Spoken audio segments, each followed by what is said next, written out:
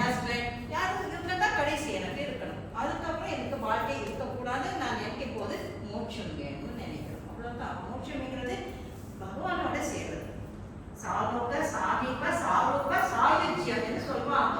அதுல சாயுஜ்யம் எனக்கு ரொம்ப ரொம்ப பெரிய ஏவல். கொஞ்சம் பேராசை கூட சொல்லலாம். ஆனால் இது நல்ல பேராசை இருக்கலாம்னு சொல்லுவாங்க. மற்றதெல்லாம் ஒரு மெட்டீரியல் திங்ஸ்ல நமக்கு ஆசை இருக்கும். ஒரு வீட்டுல 2 வீடு வாங்கணும், 3 வீடு வாங்கணும் அப்படிதான் இருக்கலாம். அது வேற. அது வந்து மெட்டீரியல் இல்லையா, வரணும் போகணும். செல்வம் செல்வம் தான் சொல்லுமா, செல்வம் அந்த மாதிரியாக தான் இருப்பதுதான் அந்த செல்வம் இல்லையா. அதனால இப்போ நமக்கு ஆத்ம நிலை என்ற ஒரு நிலைக்கு போக தெரியணும். அதுக்குதான் பகவத்கீதையே இருக்குது. உபனிஷத்து என்று சொல்றது இப்போ நான் வந்து சகனா வந்து சொன்னேன், இதெல்லாம் உபனிஷத்து. அது மந்திரம். ஸ்லோகம் என்கிறது ஸ்மிருதி, அந்த ஸ்ருதி வந்து என்ன வேதங்கள், வேத மந்திரம். ஸ்மிருதி என்று சொல்லும்போது ஸ்லோகங்கள். இப்போ பகவத்கீதை ஸ்மிருதி, இது ஸ்லோகங்கள் தான் இருக்கு. இது கொஞ்சம் பேசிக் நம்ம தெரிஞ்சுக்கலாம். அப்புறம் இப்போ 6 அத்தியாயம் நான் சொல்லிட்டேன். இப்போ இது என்ன 6 அத்தியாயம்னு நம்ம பார்த்தோம். பிறகு 2வது பாகம் வந்து 7வது 12வது அத்தியாயம் வந்து பக்தி யோகம். பகவான் யாரு, நான் யாரும் தெரிஞ்சுக்கினா தான் பகவான் தெரிஞ்சுக்க முடியும். அதனால தான் பகவான் நீ முதல்ல தெரிஞ்சுக்கோ நீ யாருன்னு சொல்றாரு. அப்புறம் 7வது 12வது அத்தியாயம் வந்து பகவான் யாரு முதல்ல நம்ம தெரிஞ்சுக்கணும். கடவுள் வந்து இது பகவான் வந்து கோயிலே இருக்காரு. இந்த கோயில் அந்த கோயில் நம்ம நிறைய கோயில் போறோம். நானும் வந்து இந்த திருப்பதி கோயிலுக்கு நாளவே நடந்தெல்லாம் ஏறி இருக்கேன். ஃபேமிலியே நடந்து ஏறுவோம், அதெல்லாம் பண்ணியிருக்கோம். அப்புறம் தான் சடனே இந்த மாதிரி நெருக்கத்தில் போய் நம்ம சும்மா சும்மா போயிட்டு இருக்கோம். நம்ம நெஞ்சுக்குள்ளே தானே இருக்கிறாரு, இதெல்லாம் நமக்கு அப்புறம் தான் புரிய ஆரம்பிக்குது. அப்புறம் வந்து இதோட வீட்டிலேயே இருந்து எல்லாமே எல்லா பகவானையும் நம்ம படைக்கலாம். என் நெஞ்சில் தான் பகவானே இருக்கிறாரு என்னும் போது எங்கே போக வேண்டியிருக்கு. என்ன பூஜை புனஸ்காரம், மானச பூஜை செய்யலாமே. மானசீக பூஜா என்ன எழுதியிருக்காங்க பெரியவங்க. நமக்கு ஆசிரியர்கள் 3 பேருமே இதெல்லாம் எழுதியிருக்காங்க. ராமானுஜாச்சாரியார், அப்புறம் என்ன சங்கராச்சாரியார், மத்வாச்சாரியார் எழுதாதது இல்லை. பகவத்கீதை பாஷ்யம் எழுதுறது இவங்க 3 பேருமே பாஷ்யம் எழுதிருக்காங்க. ராமானுஜாச்சாரியார் ரொம்ப ரொம்ப கஷ்டப்பட்டிருக்காரு பாஷ்யம் எழுதுறதுக்கு. பகவத்கீதைக்கு பாஷ்யம் காஷ்மீர் போயிருக்காரு. அந்த காலத்துல எப்படி காஷ்மீர் எல்லாம் போயிருப்பாங்க. பூரத்தாளர் உங்களுக்கு தெரியும். அவர் வந்து அப்படியே மனப்பாடம் ஆகும். அப்படியே ஒரு போட்ட காப்பியமா எடுத்துருவாராம். ஒரு புஸ்தகம் கொடுத்தா 24 மணி நேரம் தான் இந்த புஸ்தகம், அதுக்குள்ள நீங்க எல்லாம் முடிச்சிடணும்னு சொன்னா எப்படி முடியும் இல்லையா. 700 ஸ்லோகம் படிக்க 1 வருஷம் ஆகுது. அட்லீஸ்ட் 6 மாசம் அவன் எடுக்குது. ஒரு நல்ல ஒழுங்கா நல்ல அர்த்தத்தோட படிக்கணும்னா நான் சொல்லி தர்றது இப்போதான் 6 மாசம் முடிக்கிறேன். இதெல்லாம் 1 வருஷம் ஆகும். எல்லாம் அவசர உலகம் ஆயிடுது. ஆனா எல்லாருக்கும் ஏற்ற மாதிரி நம்ம நடந்துக்கவும் வேண்டி இருக்கு.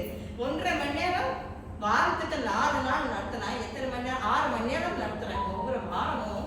அப்போ இந்த மாதிரி செஞ்சாதான் எனக்கு 6 மாசத்துல முடிக்க முடியும்.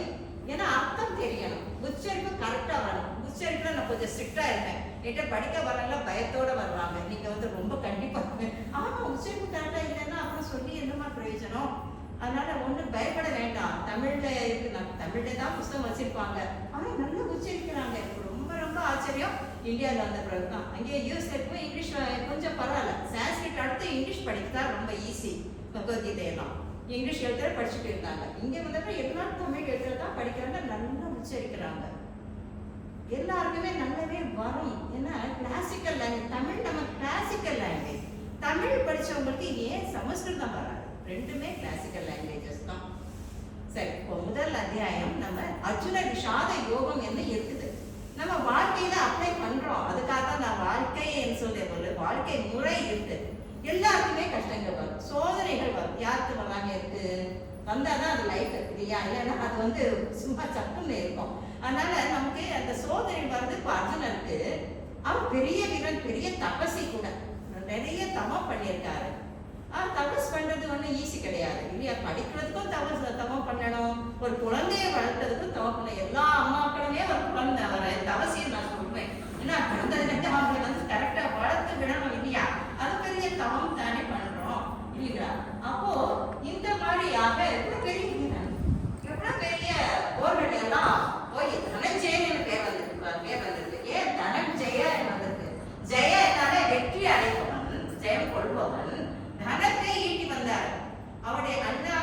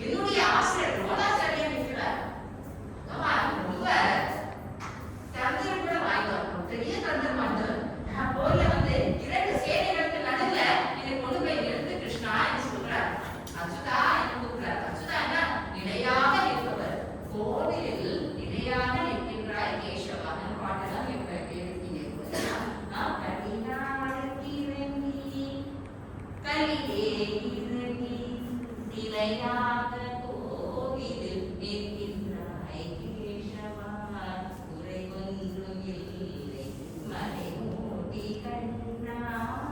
அதாவது இவர் இப்ப இருக்கும்போது குறை எங்க இருக்கும்? பகவான் கிட்டே இருக்கிறார், அருகிலே இருக்கிறார்.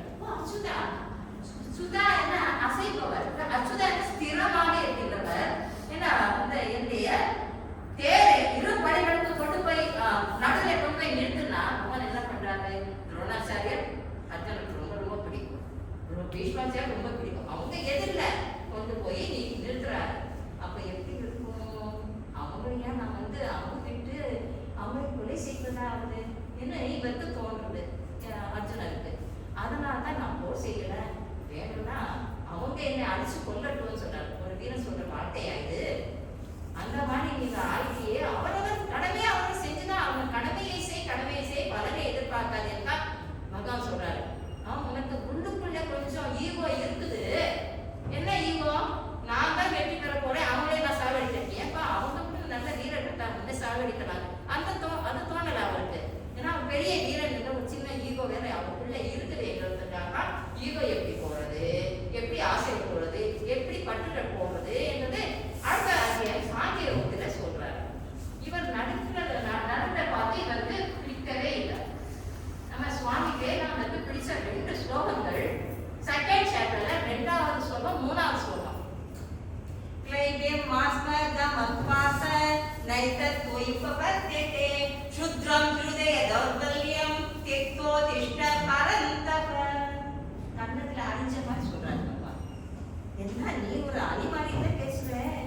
என்ன உனக்கு இருதய தௌர்பல்யம், என்ன அது பலவீனம் வந்துருச்சு உனக்கு? இது வரலாமா? அதனால நீ அநாரிய துஷ்டம் அஸ்வர்யம் சொல்ற. அநாரிய துஷ்டம் அஸ்வர்யம் அகீர்த்தி கரம் அர்ஜுன என்று சொல்றாரு. உனக்கு கீர்த்தி எல்லாமே வேணாமா? எவ்வளவு கீர்த்தி உனக்கு இருக்கு, எவ்வளவு புகழ் இருக்கு. அநாரியன் ஆரியன ரொம்ப தகுதி வாய்ந்தவர்கள் அர்த்தம். எல்லாத்துலயும் தகுதி இருக்கு. கல்வியிலையும் இருக்கணும், வீரத்திலையும்